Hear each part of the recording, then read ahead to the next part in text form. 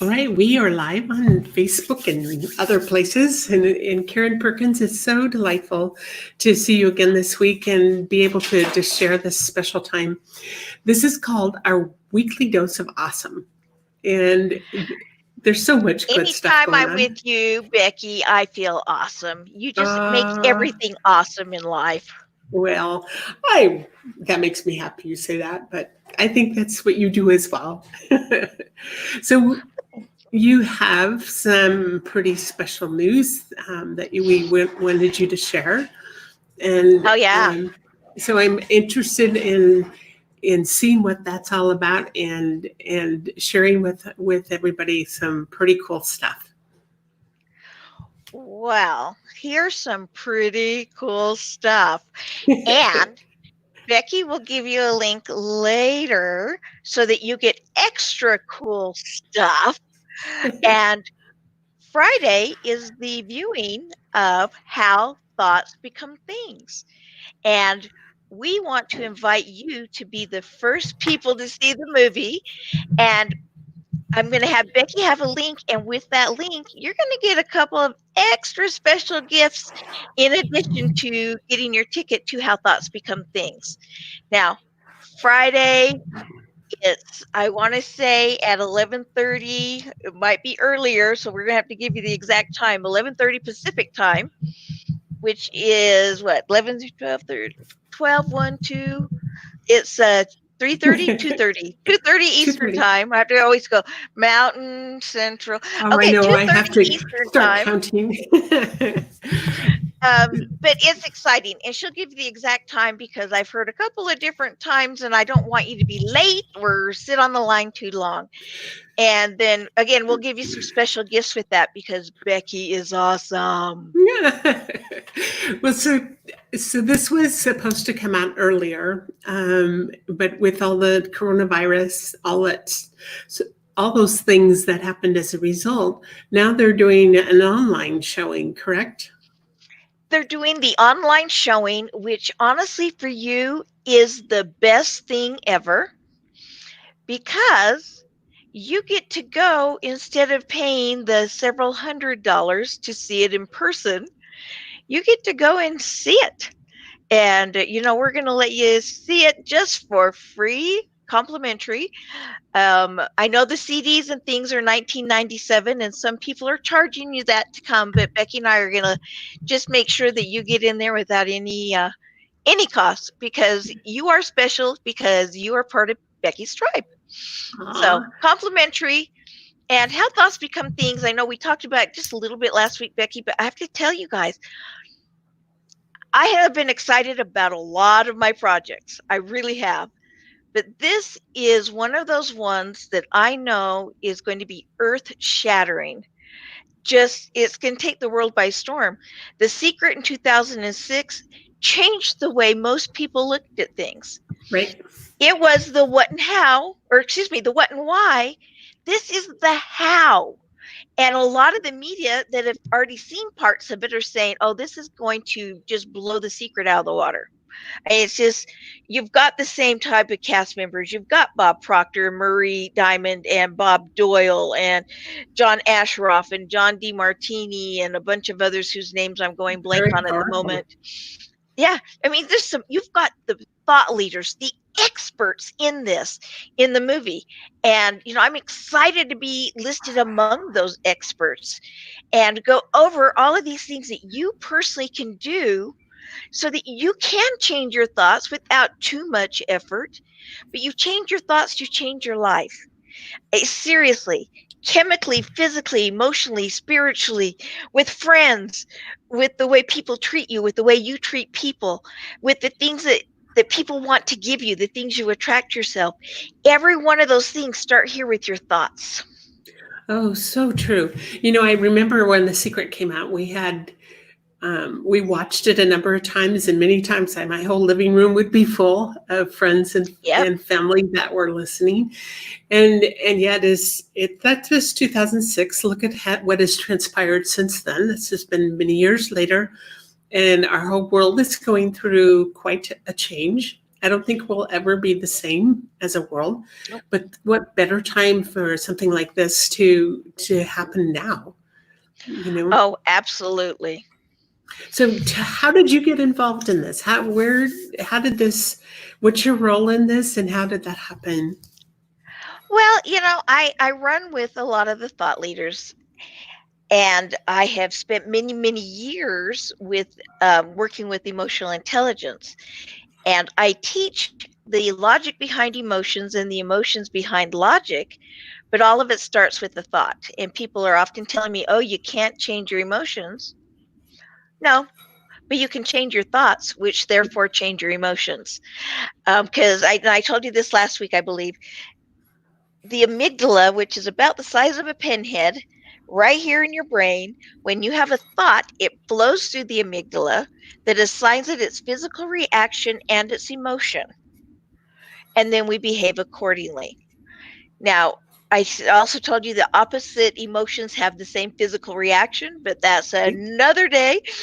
But the thing is that if you're not having good reactions from people, if you're not having a good day, ask yourself, what am I thinking about?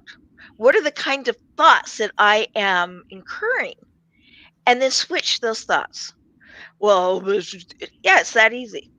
I mean, it really is. Every time you catch yourself saying, oh, life sucks, instead of saying, oh, life sucks, say, you know what? Life right now is giving me the opportunity to grow.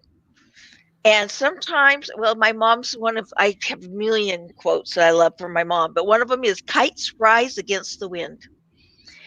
Without adversity, you're never going to get any better. You're not going to rise to that next level. You're going to settle and be where you are. So when these things that suck, then you say, okay, so let's look at something good. And I gave you the example last week of all of those interesting experiences that led to multiple miracles. And any one of those, I could have just gone, my life is so horrible. And I hear a lot of people do that. Right. But it was like, yeah, it was uncomfortable, but hey, I've moved on and I'm not stuck in that. Well, I know that there's been a lot of talk about people with maybe even feeling depressed about where things are. I mean, it's been a massive change. There's people that have lost their jobs, or people that are experiencing being with their families for the first time ever. Truly, I don't know how many parents have ever spent this much time with their children, and it's And a both really of them are driving each other's nuts. right. And even with their own mates, I doubt that a lot of people have spent this time. So if you're feeling kind of low and depressed, how do you, other than, the words you speak, how do you get yourself out of a rut, so to speak, as far as in the way you're feeling? There's multiple things that you can do that are actually physical things. Um, in fact, that's another thing I'll give you. I was thinking about it. I have a little book on living a positive life one moment at a time. And one of the areas we go over often is kicking depression's butt. Some of us suffer from depression chemically, some because of situations. And you know what? I'm not going to tell you, don't be depressed, don't be upset, don't be just devastated because you're not making money or you don't know if you're going to be able to make your payments or feed your kids. Those are horrible things. And they truly are. Feel it and feel it fully, but Don't don't get stay stuck there. in it. Yeah, Yeah. don't get stuck in it. Look at your kids and say, this is an opportunity of a lifetime that I probably will never, ever, ever get to repeat. Mhm. Yeah, it is. And like you were saying with the books, this is an opportunity of a lifetime. But some of the things that they can do, I call them Karen's 3 secrets. The first thing you can do is laugh. Now, they tell you to laugh for 5 minutes every day. Well, I suffered myself with a great amount of depression many years ago. I mean, really depressed. Didn't want to get out of bed depressed. And I went to the doctor and he said, you need to laugh for 20 minutes a day. And I just looked at him. I said, How do I do that? if I had something to laugh about, do you think I'd be here?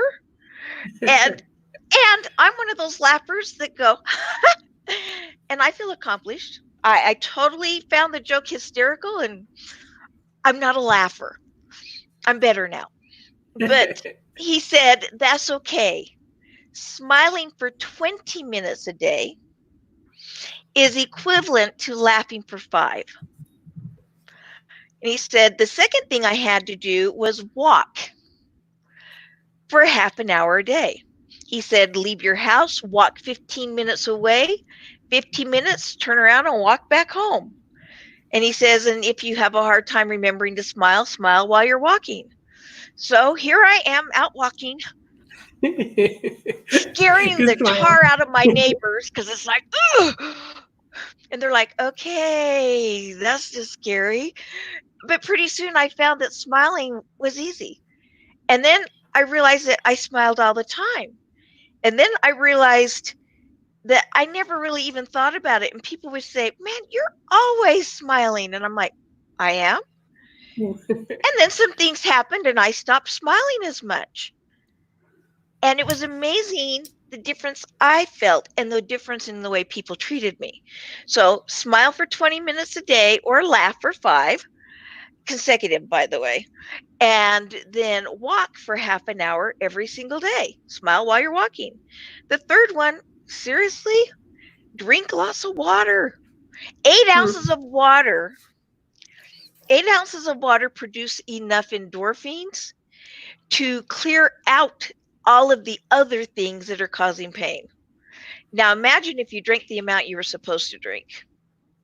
But 8 ounces, it helps get the oxygen to your brain. It helps your blood flow. I mean, it helps everything.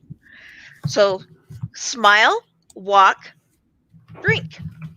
I'm going to put them in the chat too. Yeah, she's like, I'm chatting that. But here's Karen's secret one. Drink cranberry juice. It can be cran apple, cran grape, cran raspberry, cran whatever. And I personally like to mix mine with Diet Coke because it makes a great cherry Coke, but that's not the best thing to do. It's not. Put it in the water. Yeah, not healthy. Don't do that. Do as I say, not as I do. No, seriously, cranberry juice. And if you don't like it straight, put it in water. I mean, whatever. But cran apple, again, any of the crans. Cranberry juice has chemicals in them that help to eliminate the toxins in our system that create a lot of the depressions that we face toxically and chemically within our body. So, is this going to make the world a better place? No, but it will put you in a position to be able to deal with it. Now, I want to tell you the fundamentals to laughter. Is that okay? It is. There are 5 fundamentals to laughter, and I learned these later in life, though they all make sense. The first fundamental is it conveys authority. I went, what? But seriously, think about it. Do you want to follow somebody who's always, or do you want to follow somebody who, when they screw up, can smile and laugh and say, yep, that was stupid. I did it again. But they're happy. And when you screw up, instead of screaming at you, they go, all right, let's see what we can do to fix it. Those are the people you want to follow. So it conveys authority. The second one is it bonds teams. Now, any 2 people or more constitute a team.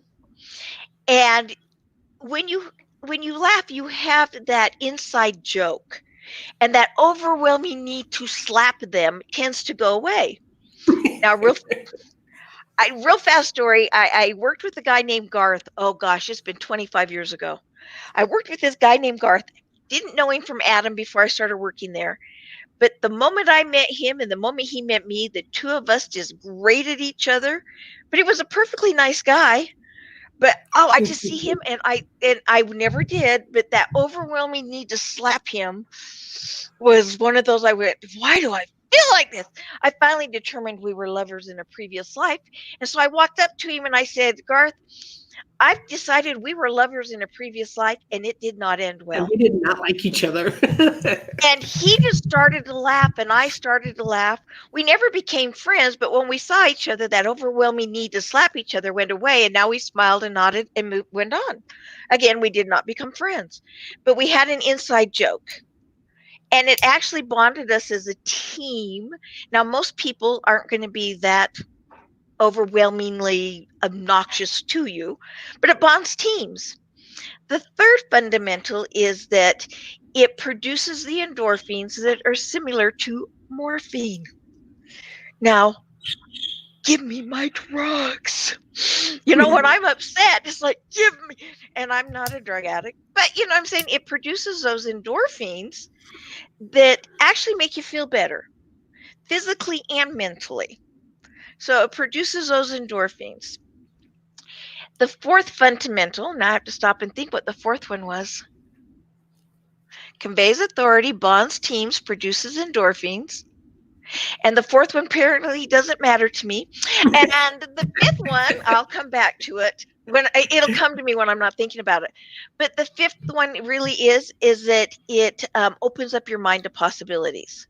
Yes. When you have cleared away that other stuff, your mind opens up, and now you're not so stuck in the that your mind opens up, and those possibilities of how you can make money, of how you can get along, how you can what new products you can create, what new talent do you want to develop, how do you find a way to get the girl to love you, whatever it is that you're trying to think of. You know, what's my next chapter in my book? It opens up your mind to possibilities, and because it opens your mind to possibilities, you have hope. And when you have hope, that depression doesn't go away, but it subsides enough that you don't get stuck in it. That it doesn't cloud and come over like that wet blanket that is so heavy to Yeah. maintain. Have you ever Now, noticed? I know some of your audience out there are saying, there's the fourth fundamental. This is what it is. So if you Well, guys think know of what it is, just let it. me know. So the have you ever noticed when you like go to the grocery store and you smile at people, you actually slow down enough to look at them in the eye and smile, what that does and the changes that transpire? I have a story about that from someone else. And yes, my children and I laugh and say, do I look like I have a face that says I care? Because we really do. But it's like, you know, I'll be in the pasta aisle, and the lady next to me will all of a sudden start telling me about her cat's hemorrhoids, and I'm like, And I wanted to hear this. well, it's like, why? But the truth is, I know why. It's because I looked her in the eye, I smiled and nodded. I acknowledged she was a human being who mattered. And so many people, you know, you walk past them and they look down or they look away. They don't want to have eye contact. I give eye contact, I smile, nod my head. Did you know that's also how you prevent from being victimized by a perpetrator? Hmm. You look them straight in the eye. You don't have to smile necessarily, but you nod your head. Perpetrators are lazy people. They want to victimize the easy target. You smile, nod, look them in the eye, and I'm going to tell you stand up straight too. But you smile, nod, look them in the eye, they know you can identify them. And they're going to go on to somebody who's not going to look at them and is all scared and stuff because they can't be identified. So perpetrators are lazy. They, you know, now I'm not saying you smile, look somebody in the eye, you'll always be 1,000% safe. There are still other circumstances, but you're a lot safer. But I smile and look at people in the eye and I nod. I just nod. And every time I go to the store, my kids, my husband, my grandson, they're like, do you know everybody? And I'm like, no, I don't know any people. And they're like, yeah, you're standing in this hour-long grocery line and you've just made best friends with those 4 people. I'm like, I'm glad to know them. They brightened my day in life. Um, And I know I'm doing all of the talking, and I will turn it over. No, this is good.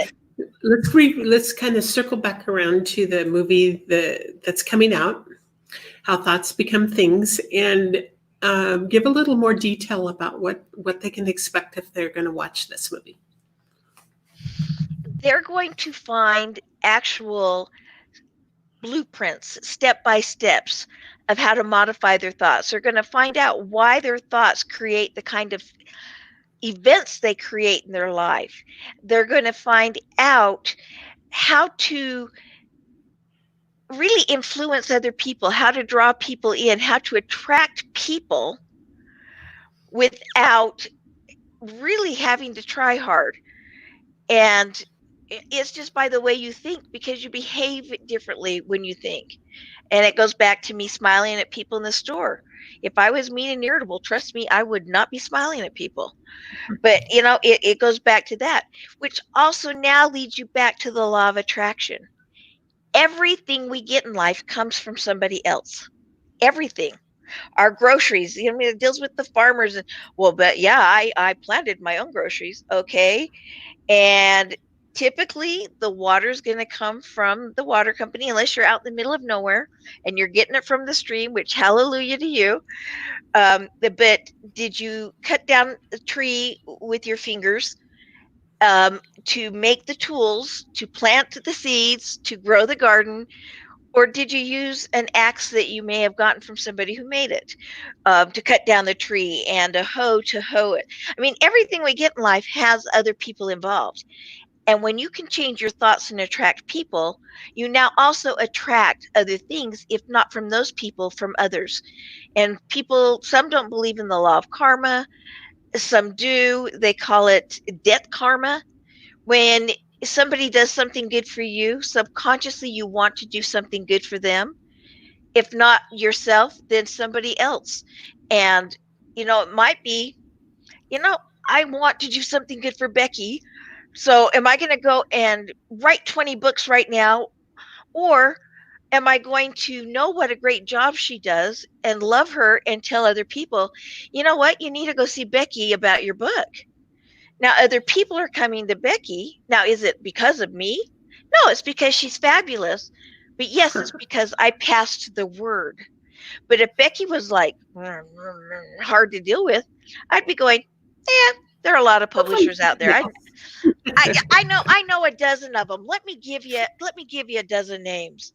But because I know you and I know your heart and you're open and loving and giving, I'm like, oh, no, go see that girl. Go see that girl. And is that my phone? Not mine. Somebody, can you guys hear it? I can hear it. Okay, if you can't hear it, it sounds like somebody's calling me on FaceTime. They're just going to have to hang up. Wait a minute. But you'll find that thoughts change the way you do everything. And, like Joe, now I've gone blank, DeMartini, he teaches that when you focus on all the horrible things going on around you, all you see are more of those horrible things going around you. I mean, that's it. That's what you see. Focus on expands. Yeah, and that's it. What you focus on expands. And it's okay to say, yeah, I have a heavy heart, but then focus on things that are good. Don't ignore, don't pretend it didn't happen. Deal with it. But also look at the good around you. Because, oh my gosh, there's so much good. The fact that you are on this call with Becky proves that there is good in your life, because you have the opportunity to visit with her all the time. And I'm not blowing smoke. I mean, that's the truth. What good you have in your life to have that opportunity. And what good in my life to have the opportunity to be with Becky and to be with you. And vice versa. Vice versa. Yeah. So for those that have been watching, we're going to be doing the weekly dose of awesome with Karen. For going forward, we're going to make it a habit on Monday mornings, just to start out our week, right? But watch when we come back, or when we finish this, Karen's going to send me a link so you can sign up for this How Thoughts Become Things, airing on Friday. And take advantage of that and share it with your friends. Make sure that others can come and hear this really good news too. So it never hurts, even though maybe we stay positive, maybe we stay really upbeat, but sometimes those reminders and just a new, maybe some fresh thought that we had not either thought of in a long time or ever thought of will come from that, and that's what we want. Yeah. So thank you, I Karen. love You it. are awesome. Well, you are awesome. And I know we're there with time, but can I just challenge these folks to one thing? Yes, absolutely. Meditate every day. And I am not going to ask you to do the or 10, 20 minutes. Those who really meditate, that's not it. I'm asking for 30 seconds a day, 3 times a day. When you get to work or open in the morning, close your eyes and think of something that makes you laugh for 30 seconds. I mean, I don't care if you have to turn on YouTube and watch babies laughing. That'll make you laugh. Or cats stuck in paper bags. I think that's mean, but my kids think it's funny. But, something that makes you smile or laugh for 30 seconds. That's it. And then at the end of your workday, do the same. And then if you drive, I would prefer you do it in your driveway before you go into your home. And then do it before you go to bed at night. And you'll find that 30 seconds of just thinking about something that makes you laugh and smile will change your entire perspective on your life and on the day, and your day will be better. Beautiful thoughts. Yep. Very good. So remember that you should drink water, you should go for a walk, and you should smile and maybe even laugh even better. Thank Even you. better. We will see you next week with our weekly dose of awesome. This is Karen Perkins and Becky Norwood, and have yourself an awesome week.